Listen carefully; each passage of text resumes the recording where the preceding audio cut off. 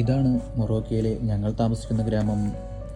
മൊറോക്കയുടെ Sahara ഡെസേർട്ടിനോട് ചേർന്ന് കിടക്കുന്ന തീരപ്രദേശത്തുള്ള ചെറുപട്ടണമാണിത്. Sahara ഡെസേർട്ടിനോട് ചേർന്ന് കിടക്കുന്നതുകൊണ്ട് ഈ പ്രദേശത്തെ പൊതുവെ വിളിക്കുന്നത് സഹാറ എന്ന് തന്നെയാണ്. ധാരാളം ആളുകൾ തിങ്ങിപ്പാർക്കുന്ന സ്ഥലമാണിത്. അടുക്കളയിലേക്കുള്ള സാധനങ്ങൾ വാങ്ങാനായി ഇവിടുത്തെ ഒരു മാർക്കറ്റിലേക്കാണ് ഞങ്ങൾ നടന്നു നീങ്ങുന്നത്. ഈ കാണുന്നതാണ് ഇവിടുത്തെ സൂക്ക്. റോഡിൻ്റെ ഇരുവശങ്ങളിലായി ധാരാളം കച്ചവടക്കാരെ നമുക്ക് കാണാം. പ്രധാനമായും ഇവിടെ തൊഴിലെടുക്കുന്ന ജനങ്ങളിൽ 50% ആളുകളും കൃഷിയുമായി ബന്ധപ്പെട്ട മേഖലയിൽ നിന്നുള്ളവരാണ്.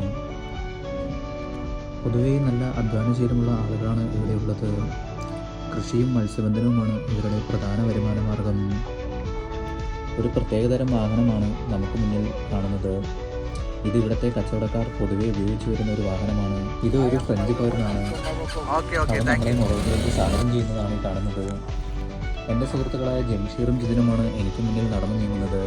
പച്ചക്കറി കട ലക്ഷ്യമിട്ടാണ് ഞങ്ങൾ മൂവരും നടന്നു നീങ്ങുന്നത്. ഇവിടുത്തെ എല്ലാ പച്ചക്കറികളും പഴവർഗ്ഗങ്ങളും അധികം പഴക്കമില്ലാത്തവയാണ്. കാരണം ഇവിടെ തൊട്ടടുത്ത് തന്നെ ധാരാളം കൃഷിത്തോട്ടങ്ങളുണ്ടത്രേ. ജംഷീറും ജിതിനും അങ്ങനെ പച്ചക്കറികൾ വാങ്ങുന്ന തിരക്കിലാണ് ഇവിടെ നമ്മുടെ നാട്ടിലേതുപോലെയല്ല. ഓരോന്നിനും ഓരോ വിലയാണ് നമ്മുടെ നാട്ടിലെങ്കിൽ ഇവിടെ എല്ലാ പച്ചക്കറികളും ഒരുമിച്ചെടുത്താണ് തൂക്കുന്നത്. തൂക്കിയിട്ട് ഒരു നിശ്ചിത വില പറഞ്ഞ് കച്ചവടം ഉറപ്പിക്കുകയാണ്. ഇവിടെ നിന്നും ധാരാളം പഴങ്ങളും പച്ചക്കറികളും ഇവർ യൂറോപ്പിലേക്കും മറ്റും കയറ്റുമതി ചെയ്യുന്നുണ്ട്. സ്പെയിൻ വഴിയാണ് പ്രധാനമായും ഇവർ യൂറോപ്പിൻ്റെ മറ്റ് രാജ്യങ്ങളിലേക്ക് ഇവയെത്തിക്കുന്നത്. അങ്ങനെ സാധനങ്ങളൊക്കെ വാങ്ങി ഞങ്ങൾ മൊറോക്കൻ തെരുവിലൂടെ നടന്നു നീങ്ങുകയാണ്. ഈ ചുവപ്പും വെള്ളയും കളറിൽ കാണുന്നതാണ് ഇവിടുത്തെ ഇറച്ചിക്കട. മാംസം വിൽക്കുന്ന കടകൾക്ക് ഇങ്ങനെ കളർ കോഡൊക്കെ നിർബന്ധമാണ് ഇവിടെ. പ്രധാനമായും ബഫലോയും മട്ടനും ക്യാമലുമാണ് ഇവിടെ വിൽക്കുന്നത്.